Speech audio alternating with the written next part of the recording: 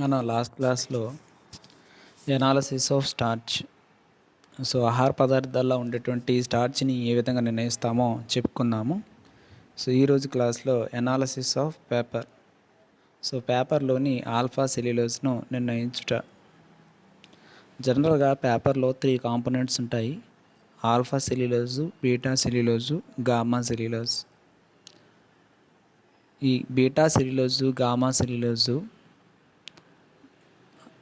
స్వల్ప పరిమాణాలు ఉండడం వల్ల ఈ ఆల్ఫా సెల్యులోజ్ యొక్క భారాన్ని నిర్ణయించినట్లయితే పేపర్ యొక్క భారాన్ని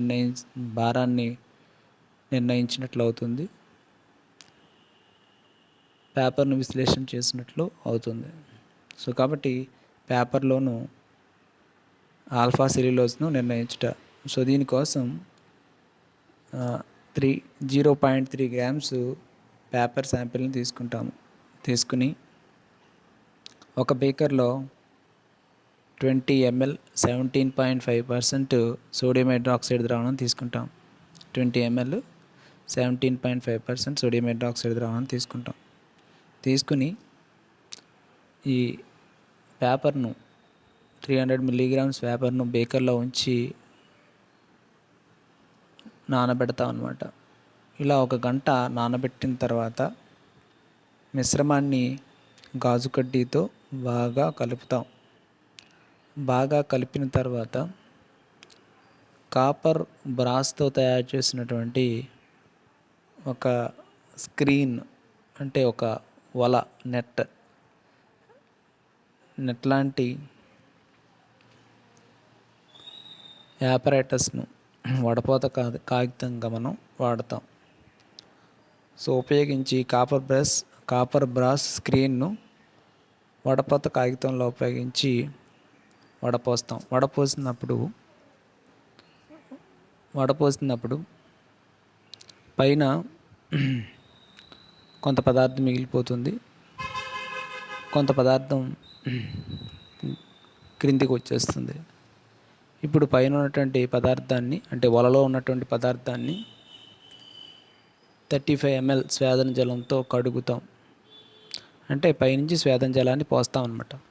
స్వేదన జలాన్ని వేసినప్పుడు ఈ స్వేదన జలంలో బీటా సెల్యులోజు, గామా సెల్యులోజు కరిగిపోతాయి. ఈ కరిగిపోయినటువంటి beta cellulose, gamma cellulose filter paper ద్వారా క్రిందికి వచ్చేస్తాయి. అది గాలి ద్రావణంలోనికి, బేకర్లోనికి చేరిపోతాయి. పైన నెట్ పైన కాపర్ బ్రాస్ నెట్ పైన ఆల్ఫా సెల్యులోజు అవశేషంలా మిగిలిపోతుంది. ఈ గాలి ద్రవాన్ని వేరే ఫ్లాస్క్లోని తీసుకుంటాము. అవశేషంలో ఆల్ఫా సెల్యులోజ్ ఉంటుంది, గాలి ద్రవంలో బీటా సెల్యులోజ్, గామా సెల్యులోజ్లు ఉంటాయి. ఆల్ఫా సెల్యులోజ్ అవశేషాన్ని ఇప్పుడు మనం బేకర్లోని తీసుకుంటాం. దీనికి ఇంచుమించు 75 ml H2SO4 ద్రావణం కలిపి కరిగిస్తాం. సాధారణంగా సెల్యులోజు నీటిలో కరగదు. ఇంతకుముందే మనం చెప్పుకున్న 35 ml స్వేదన జలంతో కడిగినప్పుడు ఆల్ఫా సెల్యులోజ్ ఏమాత్రం కరగదు. బీటా సెల్యులోజ్, గామా సెల్యులోజ్ కరిగి గాలి ద్రవంలోనికి క్రిందికి వచ్చేస్తాయి. ఆల్ఫా సెల్యులోజ్ అవశేషం రూపంలో పైనే ఉండిపోతుంది అని చెప్పేసి మనం చెప్పుకున్నాము. మరి ఇలాంటి ఆల్ఫా సెల్యులోజ్ని కరిగించాలంటే కనుక సల్ఫ్యూరిక్ యాసిడ్ని వాడాలి, సల్ఫ్యూరిక్ ఆమ్లాన్ని వాడాలి. ఇక్కడ 75 ml సల్ఫ్యూరిక్ ఆమ్లాన్ని తీసుకుని కరిగిస్తాం. కరిగించిన తర్వాత దీనికి 25 ml పొటాషియం డైక్రోమేట్ ద్రావణం K2Cr2O7 ద్రావణాన్ని కలుపుతాం. 25 ml పొటాషియం డైక్రోమేట్ ద్రావణం కలిపి 140 డిగ్రీల సెంటీగ్రేడ్ వద్ద 10 నిమిషాల పాటు గాలి సమక్షంలో వేడి చేస్తాం అన్నమాట. ఇలా వేడి చేసినప్పుడు ఆల్ఫా సెల్యులోజు పొటాషియం డైక్రోమేట్తో చర్య జరిపి ఆక్సీకరణం చెందుతుంది. ఈ ఆక్సీకరణం చెందిన తర్వాత దానిలో కొంత భాగం చర్యా మిశ్రమంలో మిగిలిపోతుంది. ఇప్పుడు ద్రావణం చల్లారాక ఆ మిగిలిపోయినటువంటి పొటాషియం డైక్రోమేట్ ద్రావణం యొక్క ఘనపరిమాణాన్ని మనం లెక్క కట్టాలి. దానికోసం మనం అంశమాపనం అనేటువంటి పద్ధతిని వాడుతున్నాం. సో దీనికోసం బీరుట్లో ఫెర్రస్ అమోనియం సల్ఫేట్ ద్రావణాన్ని బీరుట్లో తీసుకుంటాము. సో ఈ బీకర్లో ఉన్నటువంటి ఆల్ఫా సెల్యులోజ్, అదేవిధంగా 75 ml H2SO4, 25 ml potassium dichromate ద్రావణం కలిగినటువంటి మిశ్రమాన్ని కోనికల్ ఫ్లాస్క్లోని తీసుకుని బీరుట్లో ఫెర్రస్ అమోనియం సల్ఫేట్ మోర్స్ ద్రావణాన్ని తీసుకుని అంశమాపనం చేస్తాము. సో అంశమాపనం చేసినప్పుడు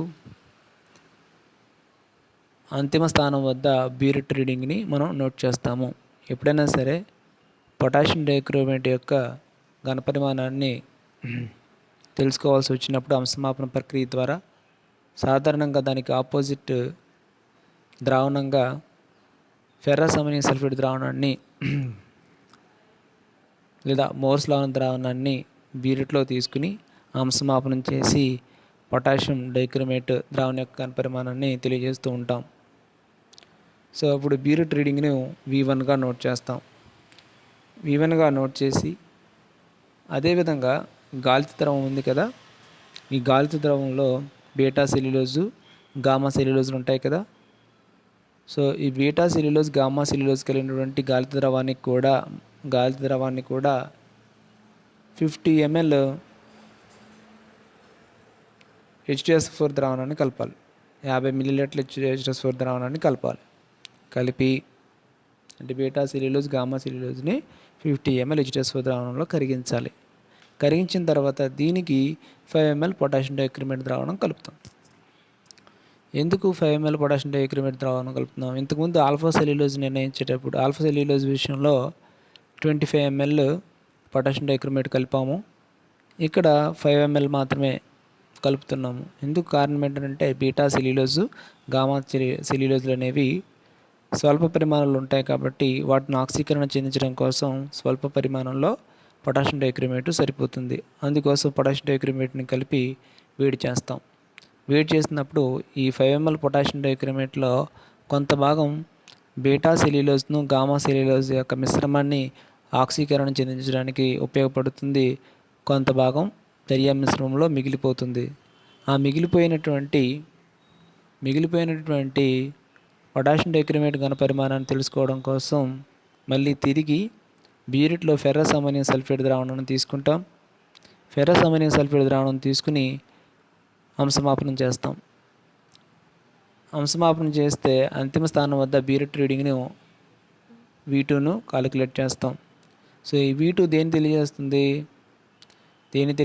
అని అంటే చర్యా మిశ్రమంలో మిగిలిపోయిన పొటాషియం డైక్రోమేట్ ద్రావణం యొక్క ఘనపరిమాణాన్ని తెలియజేస్తుంది. ఇప్పుడు మనకు కావాల్సింది ఏంటంటే మనకి ఆల్ఫా సెల్యులోజ్తో మనం అంశమాపనం ఆల్ఫా సెల్యులోజ్ ఉన్నటువంటి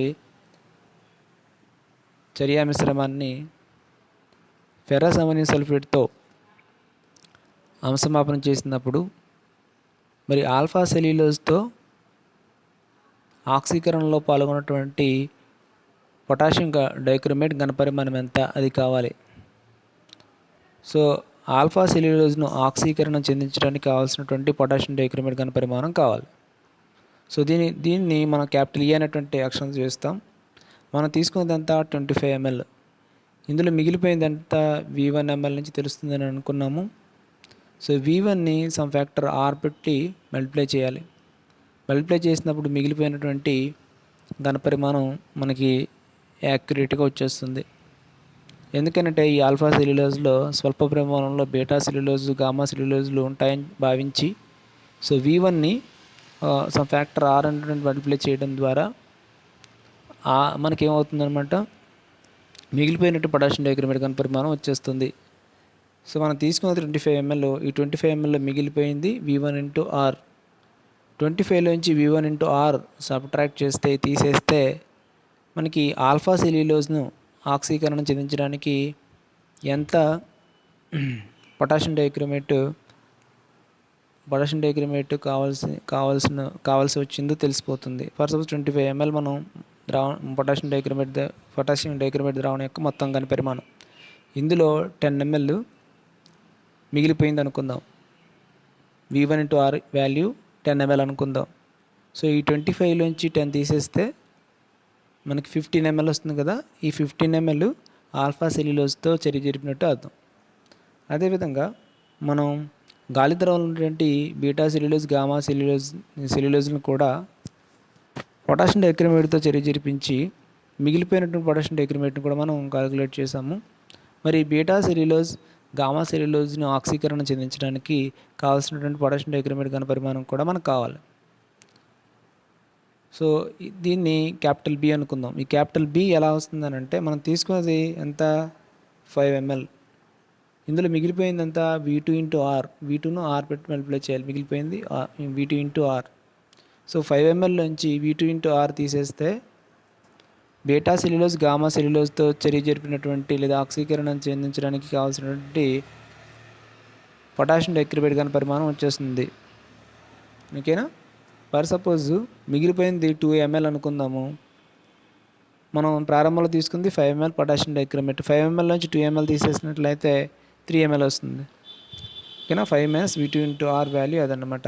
ఇంటూ 2 పెట్టి ఎందుకు మల్టిప్లై చేస్తామంటే మనకి బీటా సెల్యులోజ్, గామా సెల్యులోజ్ అనే 2 కాంపోనెంట్స్ చర్యా మిశ్రమంలో ఉన్నాయి కాబట్టి సో 2 కాంపోనెంట్స్కి కలిపి మనం మెజర్ చేయాల్సింది కాబట్టి వచ్చినటువంటి టోటల్ వాల్యూమ్ని 2 పెట్టి మల్టిప్లై చేస్తే మనకి బీటా సెల్యులోజ్, గామా సెల్యులోజ్ రెండింటినీ పూర్తిగా ఆక్సీకరణ చెందించడానికి అవసరమైనటువంటి పొటాషియం డైక్రోమేట్ ఘన పరిమాణం వచ్చేస్తుంది. ఆ విధంగా A, B వాల్యూస్ని మనం మెజర్ చేస్తాం. మెజర్ చేసి ఆల్ఫా సెల్యులోజ్ శాతాన్ని లెక్క కడతాం. దీనికోసం క్యాపిటల్ ఏ అనేది ఏంటి, ఆల్ఫా సెల్యులోజ్ను ఆక్సీకరణ చెందించడానికి కావాల్సినటువంటి పొటాషియం డైక్రోమేట్ ఘన పరిమాణం డివైడెడ్ బై బి అంటే ఏంటి, గాలి ద్రవంలో ఉన్నటువంటి బీటా సెల్యులోజ్, గామా సెల్యులోజ్లను ఆక్సీకరణ చెందించడానికి కావాల్సిన పొటాషియం డైక్రోమేట్ ద్రావణం యొక్క ఘన పరిమాణం. సో A+B అంటే మొత్తం శాంపిల్లో ఉన్నటువంటి ఆల్ఫా, బీటా, గామా సెల్యులోజ్లను పూర్తిగా ఆక్సీకరణ చెందించడానికి కావాల్సినటువంటి పొటాషియం డైక్రోమేట్ ద్రావణం యొక్క ఘన పరిమాణం. So capital A divided by A+B. ఇక్కడ ఏ అంటే ఏంటి, ఆల్ఫా సెల్యులోజ్ మాత్రమే ఆక్సీకరణ చెందించడానికి కావాల్సినటువంటి పొటాషియం డైక్రోమేట్ ఘన పరిమాణం డివైడెడ్ బై మొత్తం పొటాషియం డైక్రోమేట్ ఘన పరిమాణం. మొత్తం శాంపిల్ అంతటిని ఆక్సీకరణ చెందించడానికి కావాల్సినటువంటి పొటాషియం డైక్రోమేట్ ఘన పరిమాణం ఇంటూ 100 కడితే సెల్యులోజ్ శాతం వచ్చేస్తుంది. శాతం కట్టడం మనకు తెలుసు కదా, సెల్యులోజ్ శాతం వచ్చేస్తుంది. సో ఈ విధంగా ఆల్ఫా సెల్యులోజ్ శాతాన్ని మనం కడతాం. సో ఇందులో V1 వాల్యూ అంటే తెలుసు, V2 వాల్యూ అంటే తెలుసు మనం చెప్పుకున్నాం. ఒకసారి మళ్ళీ V1 అంటే ఆల్ఫా సెల్యులోజ్ని ఆక్సీకరణ చెందించాక మిగిలిపోయిన పొటాషియం డైక్రోమేట్ ఘన పరిమాణం మిగిలిపోయిన పొటాషియం డైక్రోమేట్ ద్రావణాన్ని అంశమాపనం చేయడానికి కావాల్సిన ఫెర్రస్ అమోనియం సల్ఫేట్ ద్రావణం యొక్క ఘన పరిమాణం. V2 అంటే ఏంటి, గాలి ద్రవంలో ఉన్నటువంటి బీటా సెల్యులోజ్ అదేవిధంగా గామా సెల్యులోజ్లను ఆక్సీకరణ చెందించాక మిగిలిపోయిన పొటాషియం డైక్రోమేట్ ద్రావణాన్ని అంశమాపనం చేయడానికి కావాల్సిన ఫెర్రస్ అమోనియం సల్ఫేట్ ద్రావణం యొక్క ఘన పరిమాణం చెప్తాము. సో ఈ విధంగా పేపర్లో ఉన్నటువంటి ఆల్ఫా సెల్యులోజ్ శాతాన్ని నిర్ణయించడం ద్వారా పేపర్ యొక్క విశ్లేషణ మనం చేయొచ్చు. ఇది ఎనాలిసిస్ ఆఫ్ పేపర్ గురించి.